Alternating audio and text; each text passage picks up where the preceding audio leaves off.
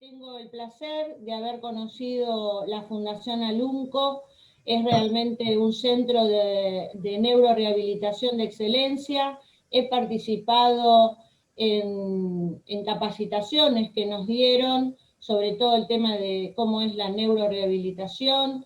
Y realmente, bueno, la verdad que agradecida de haber podido participar porque es un centro digno, como yo digo, en Latinoamérica, ¿no? Porque no creo que haya otro similar por la amplitud, los colores y la calidad humana, ¿no? De los profesionales que están dedicados en este tema. Así que bueno, le agradezco a la licenciada Karina Bustos, que la conozco, bueno, hace muchos años, y bueno, la tendremos hoy, y como dijo Pauli, en 15 días tendremos la segunda parte de esta jornada. Así que bueno, les damos la bienvenida a todos y bueno, quiero que aprovechen esta oportunidad. Muchas gracias.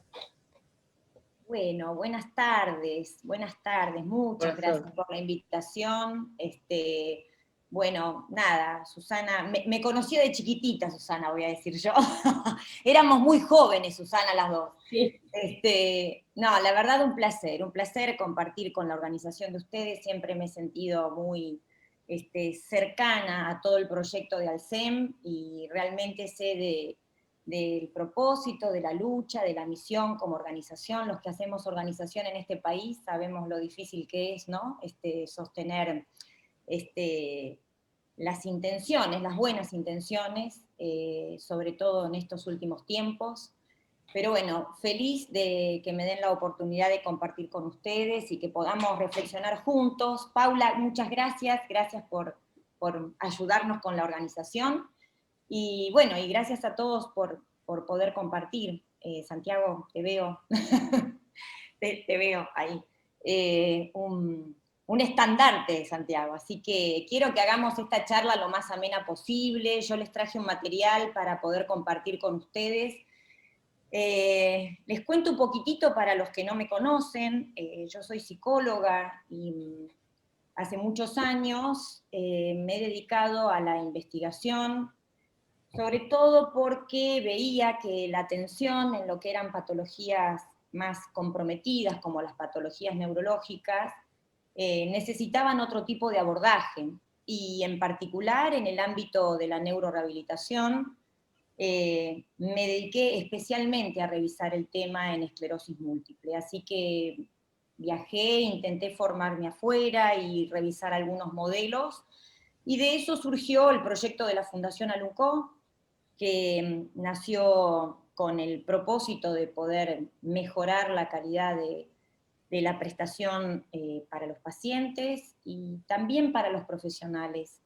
Quisiera decir un poco esto también: todos los que hacemos organización sabemos lo difícil que es sostener la calidad del tratamiento en estos ámbitos en donde está tan atravesado por situaciones presupuestarias, ¿no es cierto? Y por aprobaciones de tratamiento, y lo difícil que es llegar muchas veces a la aprobación del tratamiento. Así que de toda esta circunstancia global, intentamos dar una respuesta, y a partir de esto, especialmente en estos últimos años, les diré que estamos trabajando mucho también con los profesionales del CEMBA, y en función de este propósito es que estamos haciendo mucha investigación en el ámbito de la esclerosis múltiple, para poder seguir pensando cuál es el mejor modelo de abordaje. Así que hoy les traje algunas cuestiones generales, y después me gustaría muchísimo, como dijimos desde el inicio, escuchar las dudas que tienen. Para mí es muy enriquecedor poder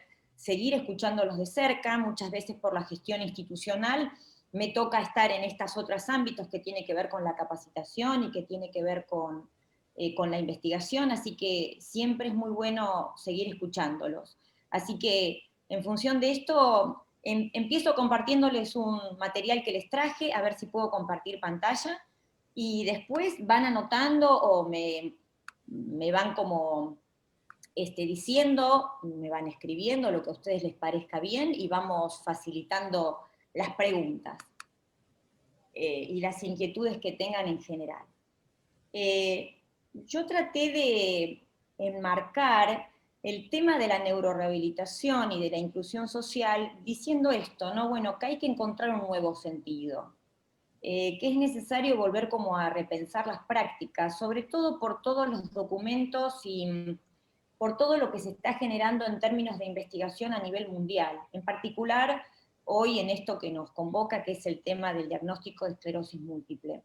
Entonces, ¿por qué encontrar un nuevo sentido? Bueno, porque realmente el contexto en el que estamos hoy trabajando nos está empujando a hacer un cambio. Perdón, todos ven bien ahí, ¿no es cierto? ¿Ven la presentación? Ok. Entonces, tanto el contexto del derecho del paciente está regulado por la Convención sobre los Derechos de las Personas con Discapacidad y también por el Informe Mundial de Discapacidad. Estos son dos documentos muy importantes que a lo largo de estas últimas décadas fueron tratando de concientizar cada vez más del cómo debería ser una atención para los pacientes con discapacidad. En este sentido, los dos documentos hacen un gran hincapié, digamos, una profunda reflexión en que todos los servicios deben ser medidos y deben ser como concientizados sobre el impacto en la calidad de vida del paciente. ¿Qué quiere decir esto? Que en realidad el paciente debe sentir que las prestaciones que tienen le hacen bien, o sea, que ir a hacer un tratamiento, que tener un tratamiento y un abordaje médico, farmacológico, terapéutico, el paciente debe sentir que impacta en su percepción de bienestar. Y por eso las prácticas vienen cambiando, por eso las prácticas se vienen repensando, porque tienen que empezar a poner al paciente en el centro del sistema terapéutico.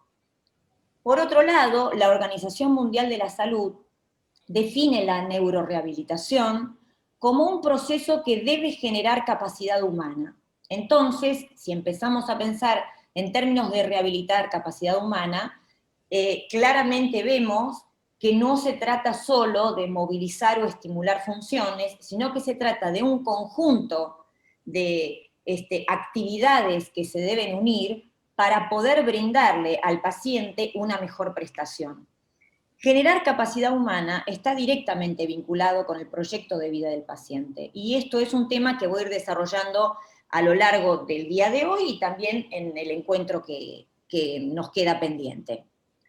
Entonces, hay otro tema que es el que hoy quería traer especialmente. Tal vez el marco de los documentos anteriores puede ser que ustedes los tengan más concientizados, pero en realidad, hoy por hoy, en particular, quería que empezáramos a tomar conciencia sobre algunas investigaciones que se están haciendo en relación a cómo se debe atender a un paciente con esclerosis múltiple en un contexto global, no solo de rehabilitación, y después voy a volver al tema de la rehabilitación, pero en realidad lo que dicen los documentos internacionales es que deben generarse unidades de cuidados en esclerosis múltiple para los pacientes. Esto consiste en algo mucho más general, sistémico e integrado. Y lo que nos va a decir este documento es que en realidad tenemos que pensar en que es un conjunto, ¿no es cierto?, de diferentes especialidades que trabajan junto con el neurólogo, enfermeras y especialistas, utilizando todo lo que tiene que ver con el diagnóstico y protocolos de iniciación y seguimiento del tratamiento para el manejo de la patología en sí mismo y de sus complicaciones. Esto viene a cambiar bastante la mirada sobre cómo atender el diagnóstico de esclerosis múltiple. Porque en realidad, no sé si llegan a ver en está un poquito chiquito, pero en realidad no me preocupa demasiado, pero si ustedes ven en el costado de la pantalla van a ver un dibujo que intenta hacer los distintos especialistas, donde está el neurólogo, las distintas especialidades médicas, como por ejemplo especialistas en dolor, el urólogo, por cualquier tipo de complicación que pueda haber, y después, por supuesto, aquello que tenga que ver con asistencia dentro del ámbito de la neurorehabilitación, kinesiólogo, neuropsicólogo, terapista ocupacional, enfermería, es decir, lo que empieza a circular como indicación a nivel internacional es que el paciente con esclerosis múltiple debería ser atendido en una unidad de cuidados donde estén todos los especialistas juntos, no solo los de rehabilitación. Y acá hago un pequeño paréntesis, ¿no? Como para que ustedes también vayan generándose las preguntas. A veces no solo está fragmentado el equipo de terapeutas, sino que por ahí uno tiene que estar viendo que el kinesiólogo trabaja por un lado y tal vez el terapista ocupacional por el otro, y tal vez vienen otras asistencias de diferentes lugares. Hoy ya lo que se está planteando es que debería poder unificarse la atención del paciente con todo el equipo médico también. Entonces esto evitaría muchas cosas. Por ejemplo, lo más importante y la fundamentación de este proyecto para esclerosis múltiple es que nos daría la disponibilidad de todo el espectro posible de los tratamientos en tiempo y forma. Todos ustedes saben el tiempo que se pierde yendo y trasladándose para poder conseguir las distintas prestaciones.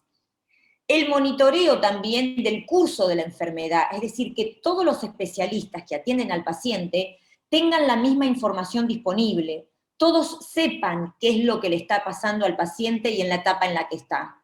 Por otro lado, minimizar los riesgos de la enfermedad y de los tratamientos, porque cuando se carece de información unificada, probablemente el médico tratante o alguno de los especialistas, al no tener toda la información disponible, muchas veces es el paciente y la familia el que tiene que traducir eso que escucha en otro lado, ¿se entiende?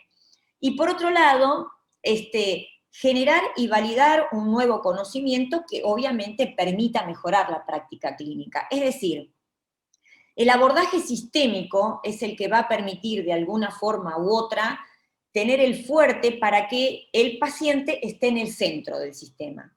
Cuando estamos hablando del impacto de la esclerosis múltiple como diagnóstico, estamos hablando de que habitualmente esto puede empezar en una temprana edad, puede generar graves problemas en términos del cómo el paciente puede desempeñarse con independencia, el tema de la fatiga, todas estas complicaciones que muchas veces terminan como coartando el posible desplazamiento, digamos, del paciente hacia los distintos lugares, son grandes las complicaciones que traen, y en realidad este tipo de dispositivos podrían empezar a solucionarlos.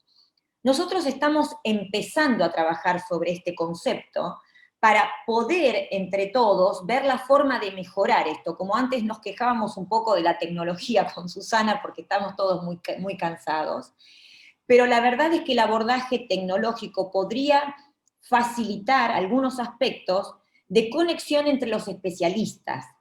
¿Se entiende? Porque no necesariamente todos tienen que pertenecer a la misma institución, cada uno tendría su especialista, su médico tratante, pero estaríamos todos vinculados a través de un sistema virtual. Y eso podría facilitar muchísimo la conciencia de los médicos, de los especialistas, de los terapeutas, en función de la centralidad del paciente.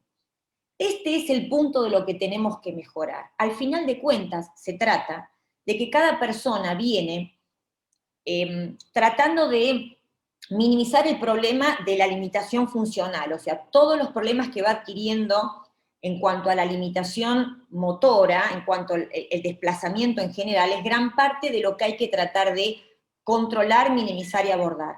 Por otro lado, cada uno de nosotros viene con una personalidad previa, y antes del diagnóstico de esclerosis múltiple, también uno viene con su propia historia, su historia vincular, su historia personal y sus propios modelos mentales o formas de ver la vida. Y esto también va a influenciar en cómo aceptamos el diagnóstico. Y también va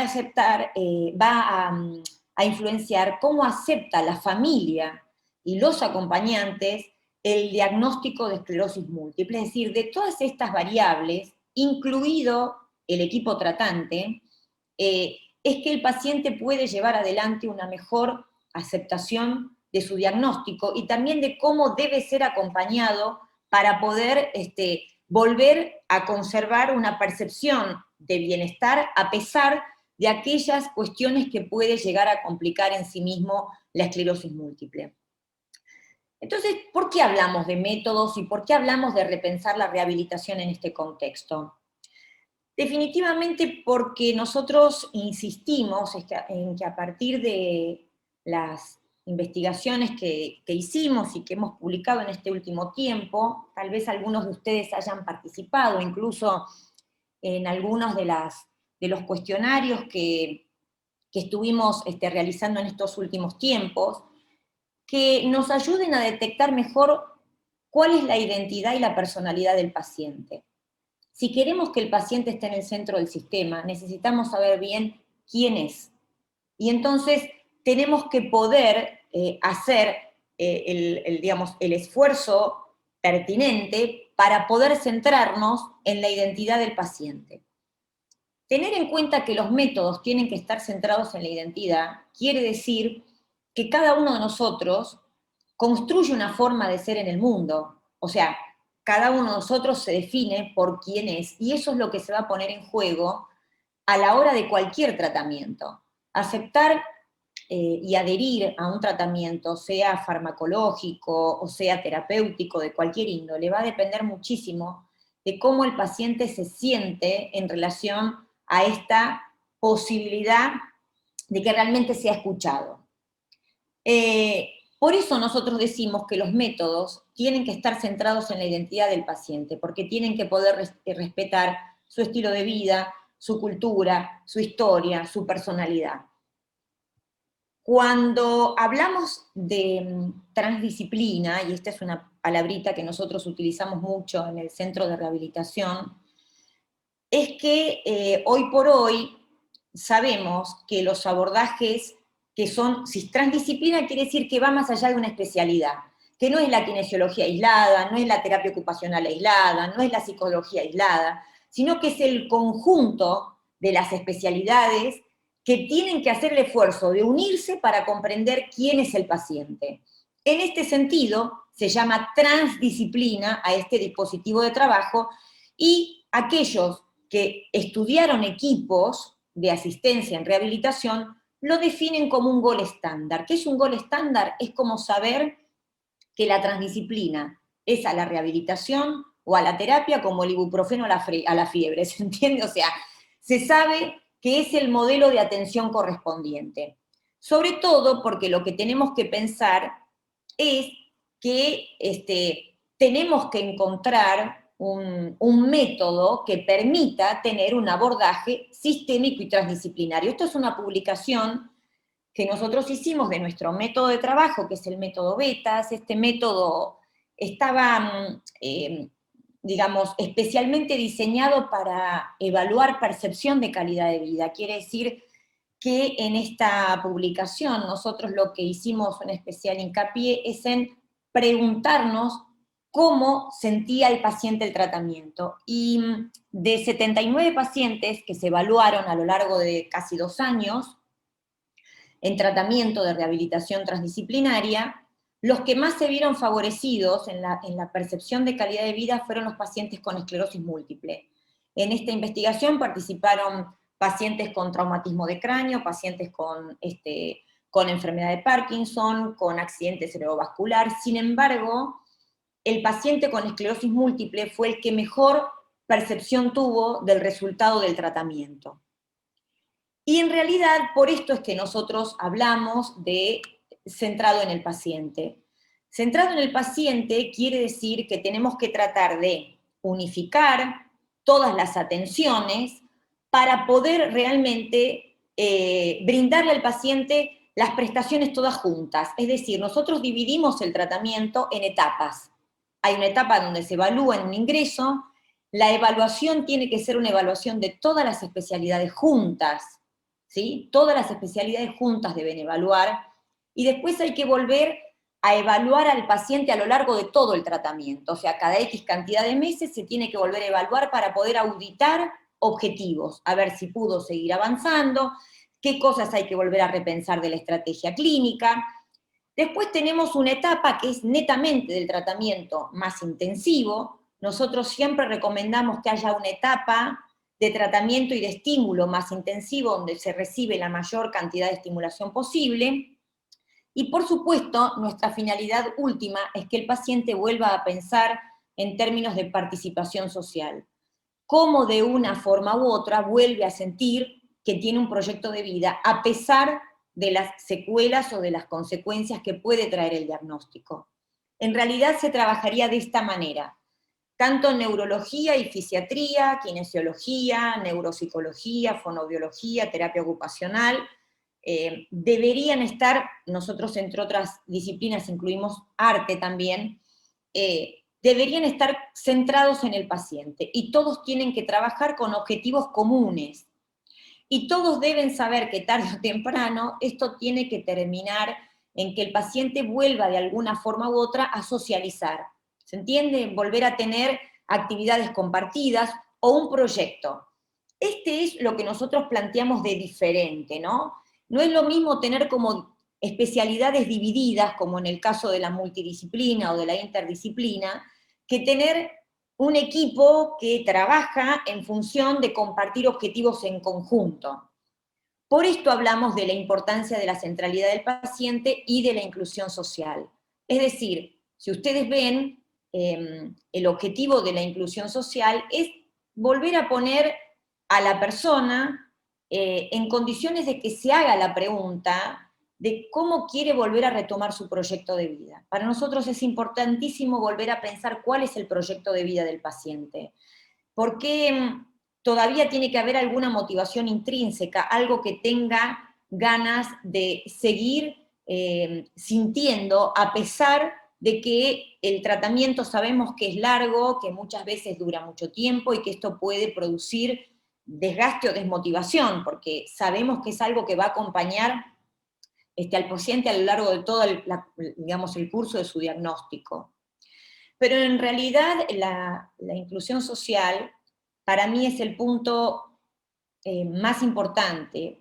Pensar que las personas mejoran no solo porque mejoran una funcionalidad, sino porque encuentran un propósito. Yo insisto muchísimo en el concepto de que tenemos que empezar a pensar que no se trata solo de brindar estímulos aislados, sino que se trata de poder poner en juego algunas preguntas más reflexivas y que tal vez sean un poco más difíciles para responder, porque son preguntas que tienen que ver más con qué queremos hacer como propósito y como proyecto de vida. Ahora vamos a meternos un poquito más con esto, con las preguntas, ¿no? Para que puedan preguntarme todas las cuestiones que ustedes tengan dudas. Pero el punto es, bueno, ¿cuál es el lugar entonces de los profesionales de la salud en general que atienden en particular esclerosis múltiple? La verdad es que los profesionales tenemos que empezar a pensar que tenemos que aunar esfuerzos y trabajar en sistemas hacia un objetivo común. Y esto tiene que ver primero con reconocer la complejidad de la patología. La patología en sí mismo plantea distintos niveles de dificultades. Por otro lado, entonces, la necesidad de especialización, que tanto el neurólogo como los equipos sepan de qué se trata este diagnóstico, por eso la necesidad de especialización. La importancia también de un buen diagnóstico y tratamiento eficaz y oportuno, porque muchas veces la pregunta en rehabilitación es, bueno, ¿cómo puedo mejorar mi desarrollo motor, mi coordinación, mi performance cognitiva? Y eso es necesario repensarlo en términos de qué quiere o cómo quiere aplicar la persona todas estas situaciones en función de su vida. Por eso decimos que tiene que ser eficaz y oportuno, porque es muy importante que el paciente entienda cómo y de qué manera lo quiere aplicar en su vida.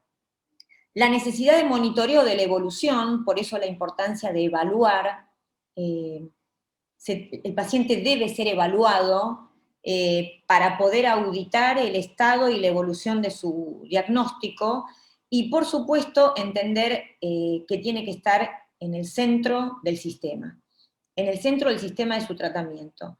y que en realidad él tiene que poder percibir esto en términos de satisfacción y que le sirve y que es beneficioso para él. Si esto no está pasando, tenemos que volver a hacernos una pregunta permanentemente para ver hacia dónde vamos.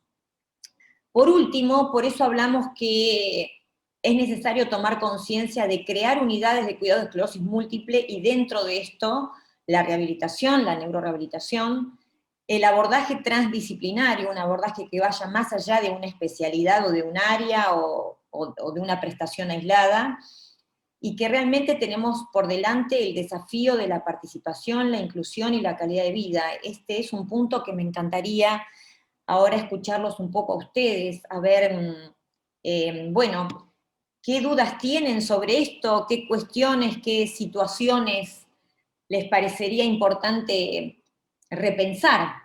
Así que me gustaría escucharlos, a ver cómo van sintiendo el tema de la rehabilitación, si tienen alguna duda sobre esto, si están haciendo rehabilitación, qué cuestiones les parece que les queda como dudas de esto. Yo traté, por sobre todas las cosas, de traerles actualización para que vean que en realidad los tratamientos deben ser pensados de esta manera y mucho más allá de la rehabilitación, ¿no? Tienen que ser pensados de manera sistémica para que ustedes no tengan que perder tiempo en situaciones de articulación inútiles que son responsabilidad del equipo de salud, no del paciente y de su familia. ¿Se entiende?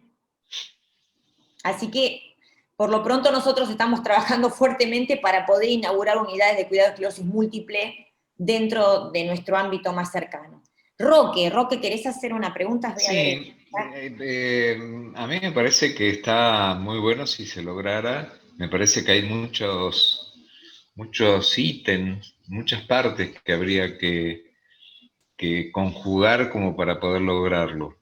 No sé, se me ocurre que de pronto vos hablabas de la profesión que tendría que... Y no sé, se me ocurre un tipo que sabe de todo y que encima conoce al paciente con todas sus cosas, con sus limitaciones y sus objetivos, y me parece que es algo muy difícil, muy complejo de interrelacionar. Esto que vos decías acerca del paciente, a mí me parece que es fundamental, esto de que el paciente cómo se enfrenta con las cosas que no puede hacer y Sí. fundamentalmente qué cosas puede hacer a partir de ahí. Mm. Si yo no puedo, no sé, mover algún miembro, no Sí. sé, si no puedo ver, digamos, que es algo que me sucede, yo no puedo ver, ¿podré recuperar mi visión? Por supuesto Mm. que no, la respuesta no está en mí, está en un profesional que no solamente sepa, o que mejor dicho, además sepa del problema que yo tengo, ¿está bien? Y a partir de ahí, ¿qué puedo hacer con como yo estoy, como Roque está hoy? ¿Qué puedo hacer? O Claro. sea, me tengo que quedar sentado en mi casa y bancármela. Si lo tengo que hacer, seguramente puedo atravesar esa situación de alguna manera para que no sea una frustración y me quite calidad de vida. Yo pienso que sería genial poder lograrlo. Mm. Yo me acuerdo que en un momento, en una oportunidad, en terapia del dolor, hice un tratamiento, Sí. asistí, digamos, a un centro donde lo trataron, donde había un grupo interdisciplinario que abordaba todas las situaciones que generaban ese dolor y que de alguna manera, eh, digamos, no salí sin dolor, salí renovado yo frente al dolor. ¿Está Claro, bien? O claro. sea, ¿cómo puedo avanzar con la limitación que tengo? Y me parece que ahí está bueno, ahí está muy bueno.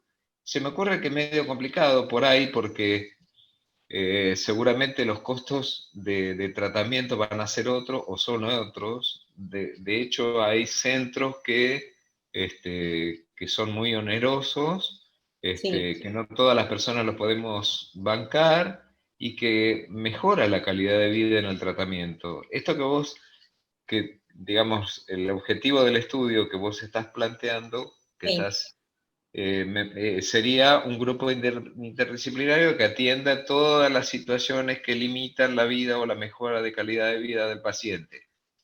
O sea, Bueno, a ver. hay edades como o sea, ¿de qué manera yo puedo agrupar a todas esas personas como para atender, para llevarlo a la realidad, digamos, ¿no? Porque si no, cada paciente tiene que recibir en un mismo momento, de alguna manera, digamos, el conocimiento de su paciente en todos sus aspectos. Bueno, te contesto entonces a todas las cuestiones que viniste planteando, porque planteaste varias cosas muy interesantes en distintos niveles. Sí se puede hacer porque de hecho la rehabilitación en transdisciplina, no en interdisciplina, sino en transdisciplina, requiere el esfuerzo de una evaluación conjunta. Pero se puede evaluar en forma conjunta a un paciente en la medida en que el equipo esté dispuesto a compartir la evaluación. O sea, este es un punto fundamental. Sí. Nosotros hacemos un gran hincapié en la formación de los profesionales para que compartan un mismo criterio a la hora de evaluar. Sí se puede conocer quién es el paciente si el kinesiólogo está dispuesto a compartir con un psicólogo y el psicólogo está dispuesto a compartir con el kinesiólogo los resultados de las baterías. Y para eso tiene que haber reuniones de equipo. O sea, nosotros ahora vamos a empezar a hacer el esfuerzo de reunirnos con los neurólogos del CEMBA, entre otras cosas, especialmente para hacer un seguimiento, porque realmente cada vez más queremos sumar más,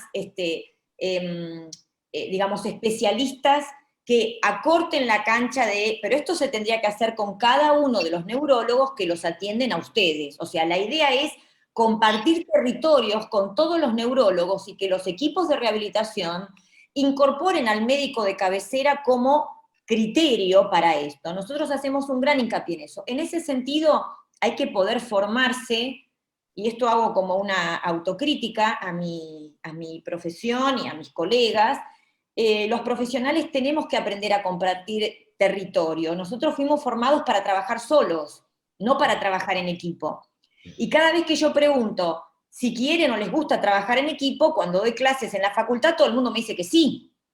Pero yo digo, ¿dónde cursaron trabajo en equipo? Porque, por ejemplo, en la carrera de administración de empresas, vos tenés 2 años, por lo menos, de ver de alguna manera trabajo en equipo. Los profesionales de la salud y los profesionales de la educación no tenemos formación, no tenemos materias de trabajo en equipo. Sin embargo, creemos que sabemos trabajar en equipo. Trabajar en equipo implica un esfuerzo muy grande. Por parte del paciente también es un cambio en el modelo mental, porque a veces el paciente cree que el éxito está solo en la kinesiología o en este estímulo, y el éxito siempre es de conjunto, pero no porque lo diga yo, porque en base a la medicina basada en la evidencia, la interconectividad de disciplinas, incluyendo arte, potencia otras vías de conectividad que le permiten al paciente, como vos bien decías, Roque, conectarse más con la potencia y no solo siempre con el déficit. ¿Se entiende? O sea, para eso tenés que poder pensar de que a veces uno no entiende racionalmente bien por qué debería tener un espacio de arte o debería tener un espacio, digamos, que lo convoque a algo creativo. Sin embargo, cuando vos te mirás desde un aspecto artístico y podés poner ahí tu potencial creativo, no es lo mismo que te pasa cuando te conectás con tu limitación porque tenés que trabajar una función. Entonces las dos son importantes. Por último, el tema de financiamiento de los tratamientos. Los tratamientos, a ver, no son tan caros en la mayoría de los niveles de acá de lo que se podría hacer en Argentina, como si fueran otros países que realmente estamos hablando de otro monto mensual.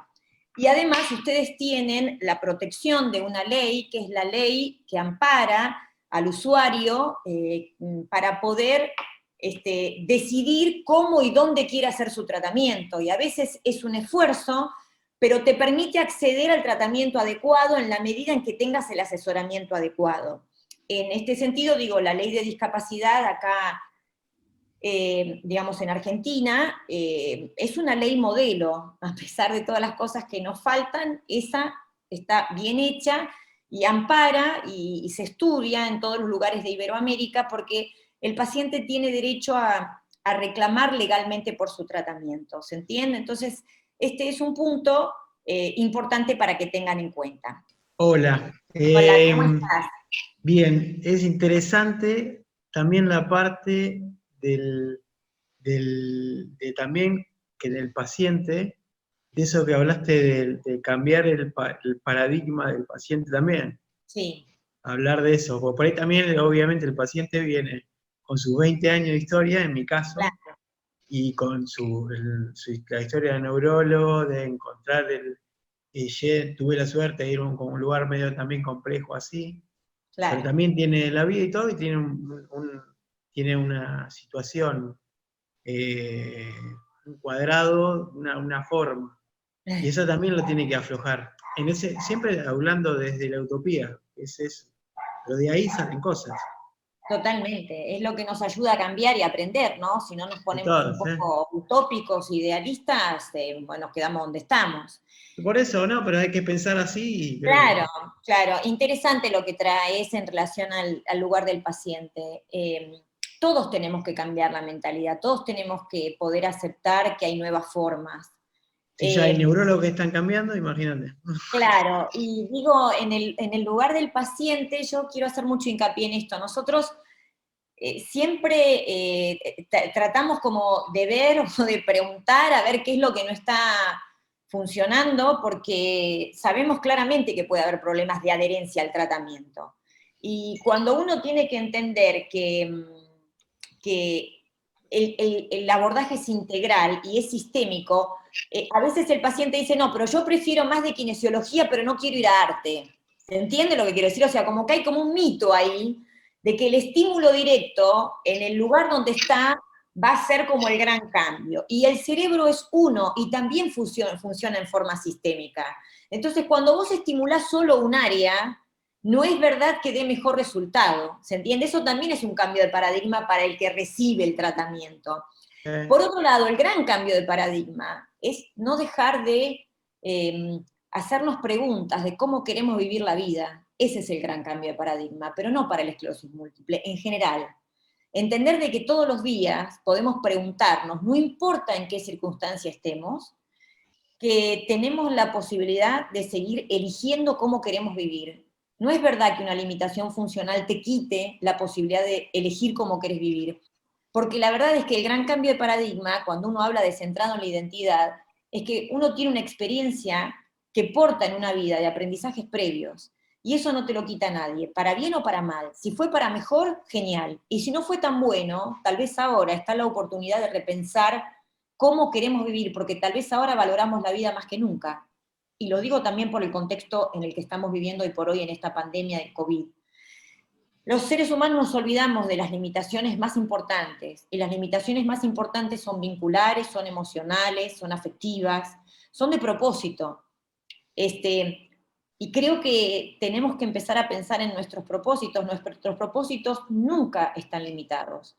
Lo que yo puedo elegir como experiencia cotidiana, porque a mí me resulta gratificante, porque me da placer, porque me parece que así puedo estar mejor haciendo esta actividad que de otra forma, no nos lo quita una limitación motora. O sea, realmente en años de experiencia clínica, como psicóloga y como directora de centros de rehabilitación, yo he aprendido mucho de los pacientes, siempre lo digo, mi vida es como es gracias a que he podido como aprender muchísimo en situaciones en donde realmente me siento muy cerca del dolor, de la angustia, de la frustración que todos atravesamos en la vida de una manera u otra. ¿Se entienden? La Sí. esclerosis múltiple no es la única forma de sufrimiento humano y cada uno de nosotros está atravesado por una historia. La verdad es que siempre hay algo trascendente. Yo siempre digo que en la limitación se encuentra la potencia, porque esa es la frase que elijo para vivir. Y también para dirigir una institución con todas las complicaciones que implica hoy por hoy emprender, ¿no? Creo que cuando uno toca la limitación, en realidad está tocando la gran potencialidad que tiene, porque eso te lleva a un lugar incómodo. Cuando te sentís limitado, te sentís incómodo. Pero esa incomodidad te empuja a que o te vas sintiendo peor o encontrás un nuevo motivo. ¿Se entiende esto? Entonces sí, claro, Matías, hay un cambio de paradigma. ¿De en qué pensamos? No se trata solo de caminar, se trata de disfrutar, se trata de que lo que podemos disfrutar y elegir en la vida va mucho más allá porque tiene que ver con una motivación interna. ¿Se entiende? O sea, porque es ese propósito interno. Y ese propósito interno no te lo quita nadie. Lo que tenés que tenerlo es claro. Me vas a hacer emocionar, basta. Me gusta ¿Puedo decir algo?